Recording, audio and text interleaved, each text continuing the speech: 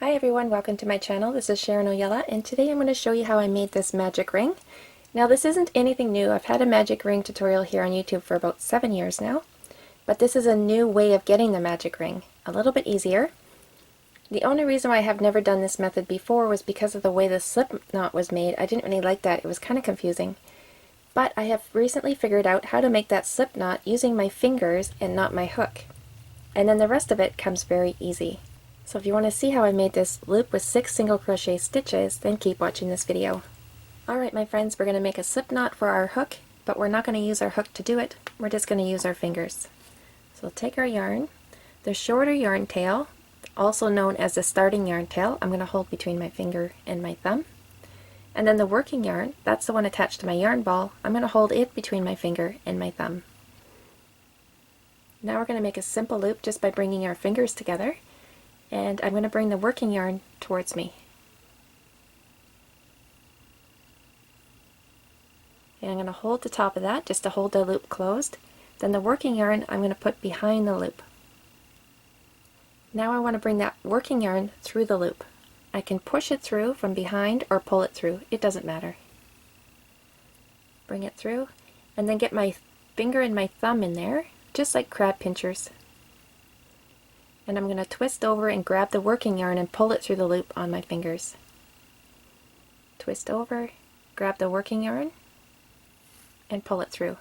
It creates a big loop, but it's adjustable. So we just have to pull on the working yarn tail, and it gets that loop down a size, and then we can get ready to crochet on. There, we've made our slip knot using our fingers. Let's do it again. I'm going to take that shorter yarn tail and hold it between my finger and my thumb. And there is a bit of a length there to work with, and the working yarn in between my finger and my thumb. Now I'm going to make a loop bringing my fingers together, bringing the working yarn towards me.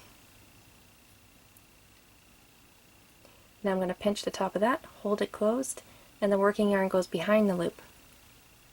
Now I want that working yarn through the loop, so I can push it through or pull it through, whatever works. And I'm going to get my finger and my thumb in there. And now I'm going to twist over and grab that working yarn and pull it through the loop on my fingers. Twisting over, grab the yarn, and pull it through. And that is a big loop, but it is adjustable. We just have to pull on the working yarn. Now one more thing I want to show you about this circle. If you're ready to crochet on and you've made this circle too small or too large, you can adjust it just by pulling on the strings. So we're going to be working with the shorter yarn tail. We can pull on it to make it bigger. See how it pulls the starting yarn tail? But that's too big to work with. We want to make it smaller, so we just pull on the starting yarn tail. So it's very adjustable. Now you can put your stitches into this ring. Most amigurumi patterns start off with 6 single crochet stitches, so let's do that together. I'll be crocheting around the starting yarn tail at the same time. Going through the circle, grabbing the working yarn and pulling it through the circle. I have 2 loops, and I'm going to yarn over and pull through those 2 loops. And there was 1 single crochet. I'm going to do that 5 more times.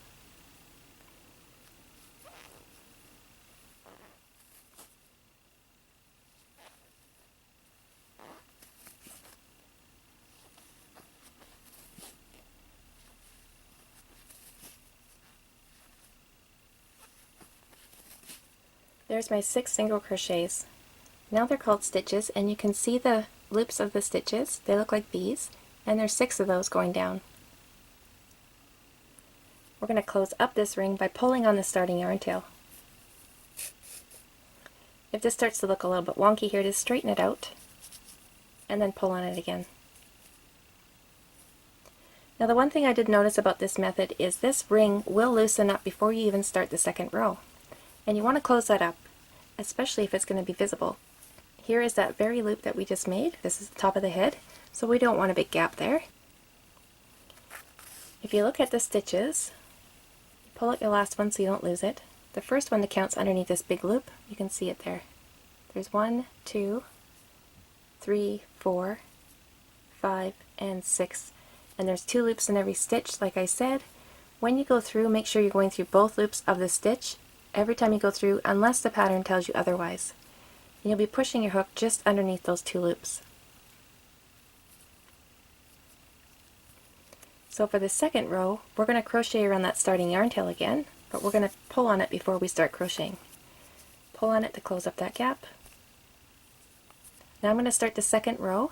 I'm going to go through that first stitch. I'm going to hold the starting yarn tail over my hook and I'm going to crochet around it. Now I'm going to pull on that starting yarn tail again. Now that starting yarn tail is locked in there and that's not going to loosen up anymore.